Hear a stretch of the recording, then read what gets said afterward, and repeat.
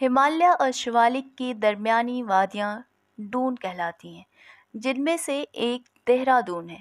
125 مربع میل پر پھیلا ہوا کاربیٹ نیشنل پارک بھی ضلع نینی تال کی ایک ڈون میں واقع ہے۔ رام گنگا پہاڑوں سے اتر کر کاربیٹ نیشنل پارک میں داخل ہوتی ہے۔